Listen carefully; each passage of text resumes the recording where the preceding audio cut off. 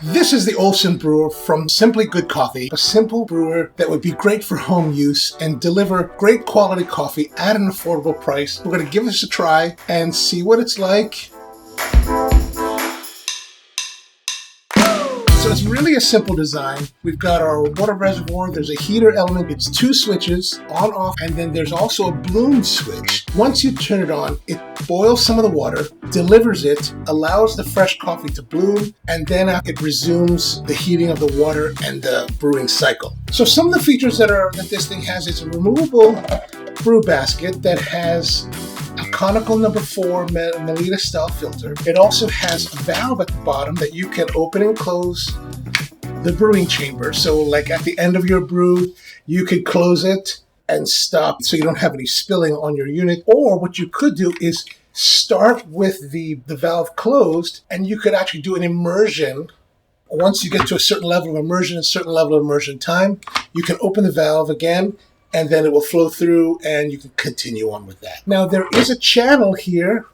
So there are like little ribs here so that it always locks in place. And there's also a magnetic attachment. So it does lock with authority and with a little bit of a click. Bruh. That's really nice. Then the carafe itself has a mixing, they call it a mixing something.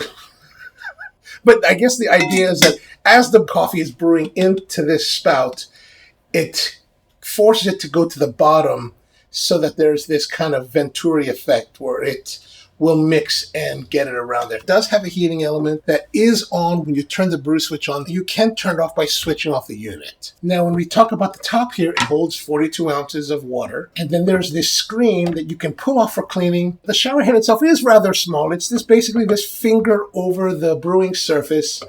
So it's not covering completely. Like some shower heads will cover completely the coffee bed.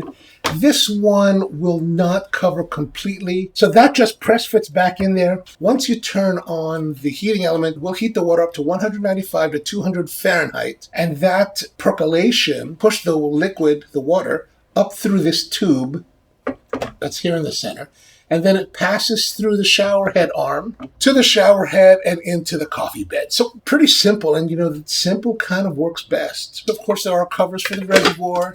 And then there are heat covers for the brew basket so they can retain as much heat as possible. I'm going to leave that off so that you can see the full range of what's happening in both chambers. Now, the Olson does come with these brown natural unbleached filters. Personally speaking, I don't really like them because they have off flavors in them. Actually, you can check out this video here that we do all this testing on different coffee filters and see for yourself the results. I like to use bleach white paper filters. These are Melita number 4, so they have a seam here, right? So what we're going to do is to get it to sit correctly inside, well, to get it to sit flat inside the basket, we're going to fold over those seams. I like to do it in opposing sides, and then we're just going to drop that down, open it up. So now how much coffee are we going to use? This holds 42 ounces. We're going to use a basic ratio of 2 grams for every finished ounce, 84 grams of coffee. So I've already got that pre-ground and pre-measured, and it's got a nice medium auto drip style grind to it.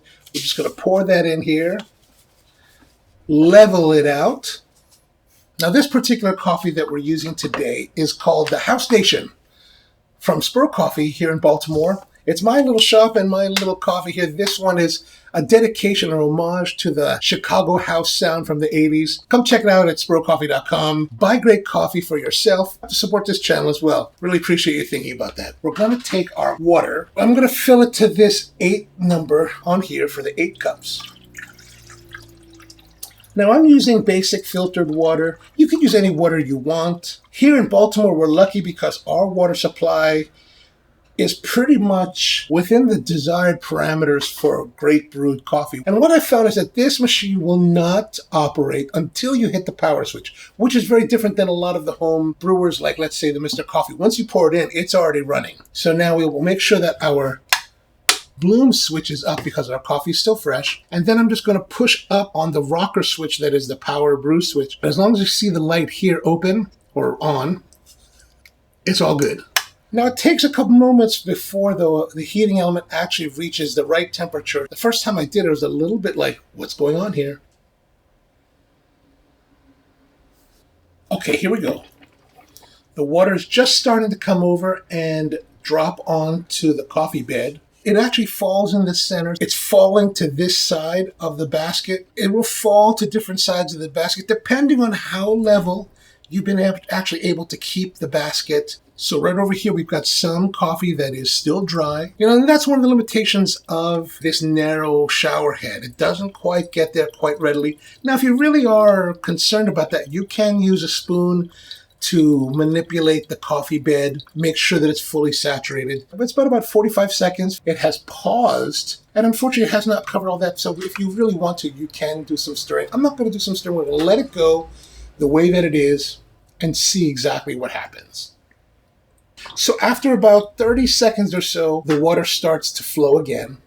And maybe during the bloom phase, because we're having that issue where it's kind of flowing through, we could close the valve during the bloom and allow it to fully saturate the basket, and then open the valve during the pause. Maybe that's something we'll try in the future.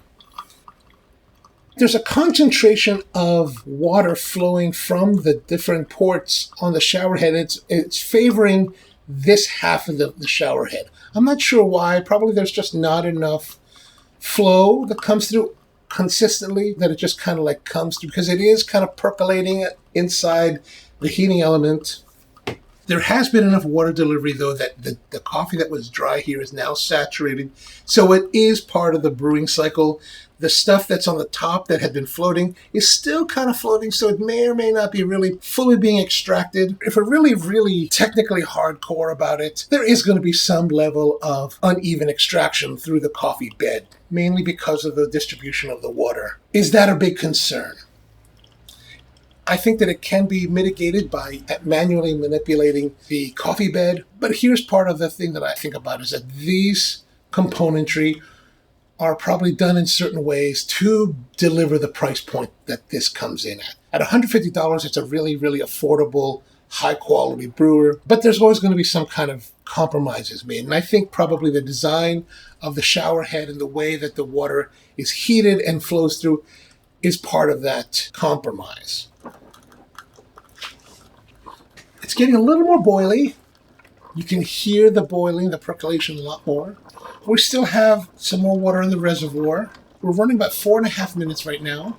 The brewer is designed to brew in under 6 minutes. Personally speaking, I prefer coffees to be brewed between 3.5 to 4 minutes. However, again, there's always going to be some level of compromise. 6 minutes and under is pretty good, and definitely much, much better than a lot of the home brewers that are running at like 10 minutes to brew the same amount of coffee. All right, all of the liquid, all of the water that's in the reservoir has now fallen into the heating element, and the final stuff is being pushed through.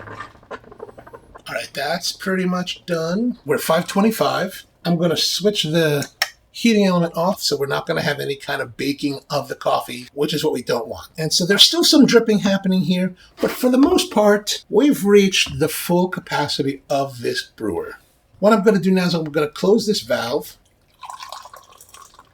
So what I like so far is that we've been able to put a proper amount of coffee in the basket with the proper amount of water, brew it. It looks like it's brewed pretty well, but most importantly, the brewer can handle the proper amount of coffee. A lot of times you'll put the right amount of coffee in a home brewer and it just can't handle it. It's just too much coffee, not enough flow rate, and you just get disaster. Like I've had disaster with some of these. All right, let's have a taste. Oh, that's hot. There's some good juiciness, brightness, good body. I'd say this is a nice medium body, which is really nice. I think that this machine accentuates the body of the coffee. The House Nation is nice. It's got some light cocoa tones, good brightness, not like a citrusy brightness, just this nice bright juiciness balanced by the medium body. Very pleasurable. I like the coffee. Let's go recap with some of the pros and cons. I like the fact that it brews 195 to 200 degrees. That's really, really important. I'm really happy that it can hold the right amount of coffee to the right amount of water. Those three things right there are super critical into making great quality coffee, whether you're at home or in a professional environment. That really is the entire game. As long as your brewer can do that, you're pretty much going to have nice quality coffee anytime that you want. The craft seems well balanced. I like this bloom feature. This really is nice. Of course, if you're not using fresh coffee that needs the blooming period, you can turn that off.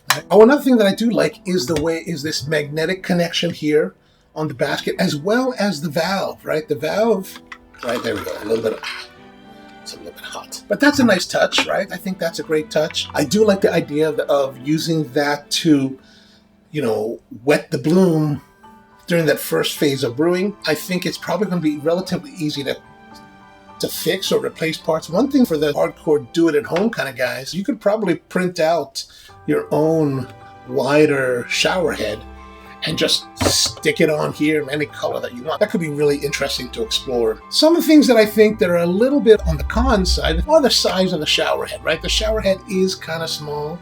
It doesn't quite coat the coffee as well as we would like. Maybe another side of it is the heating element. I think if you're really targeting like conscious consumers that want to make really high quality coffee, I don't know if you really need to have the heating element built in. I get it because you're trying to make something that's mass market appeal, and the mass market always has this kind of thing. But I wonder if it's better to make one that doesn't have it, even if you're not offering a thermal carafe. I think it's a pretty cool brewer. Like, it brews really nice cup of coffee. Like, that's good. That's solid coffee.